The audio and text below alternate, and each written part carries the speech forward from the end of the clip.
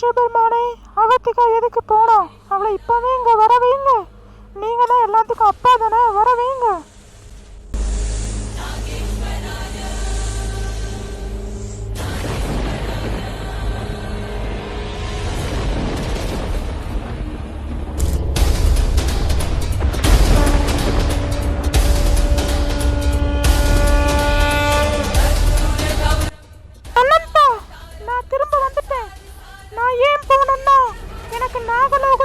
சொல்லிட்டாங்க.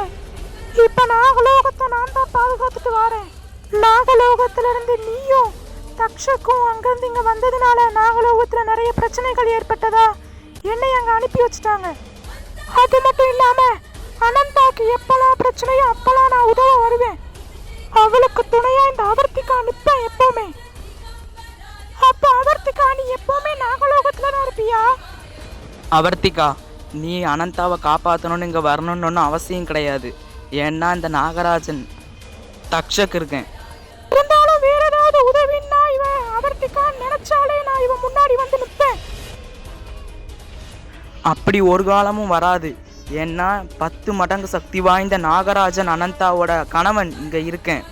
நான் பார்த்துக்கிடுவேன் அனந்தாவை. நீ அங்கே நாகலோகத்தில் இருக்கிறவங்க எல்லாத்தையும் பத்திரமா பார்த்துக்கோ அவர்த்திகா.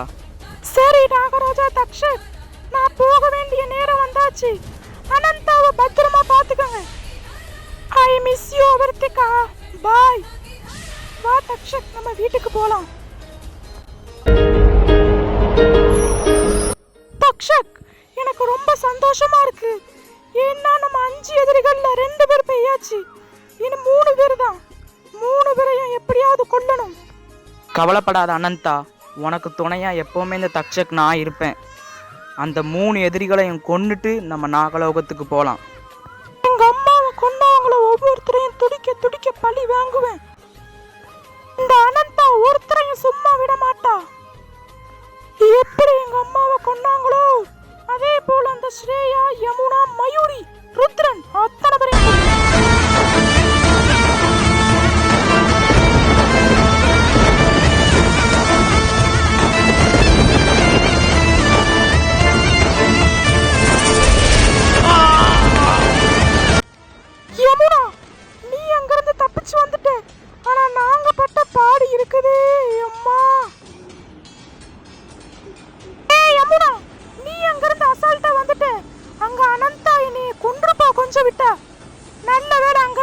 ஓடி வந்தாச்சு.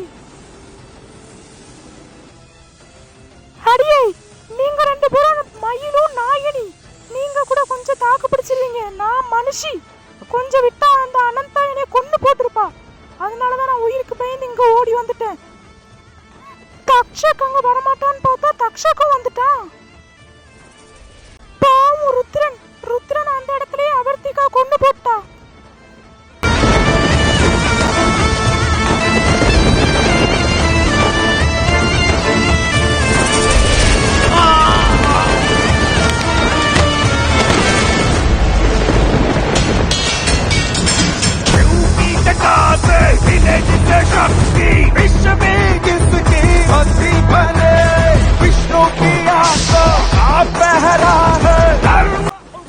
மயூரி, சீக்கிரம் எங்க வா.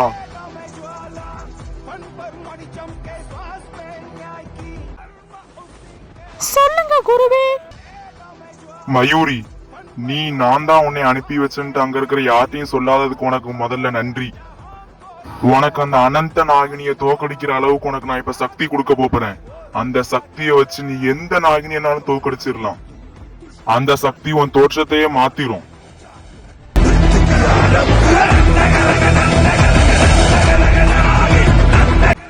இந்த சக்தியை வச்சு நீ அந்த அனந்த நாகினியை தோக்கடிக்கிறோம். எனக்கு போக வேண்டிய நேரம் வந்தாச்சு. நான் போறேன். ஞாபகம் இருக்கட்டும், அந்த நாகமணி எனக்கு வேணும். நீ யோசிச்சு நீ தூக்கிடலாம் மட்டும் நினைக்காத. பாய். அனந்தா, இதோ வந்துட்டேன் நாகமணியை வாங்குறதுக்கு. நாகமணி ருத்ரனுக்கும் கிடையாது, யமுனாக்கும் கிடையாது, எனக்கு மட்டும்தான்.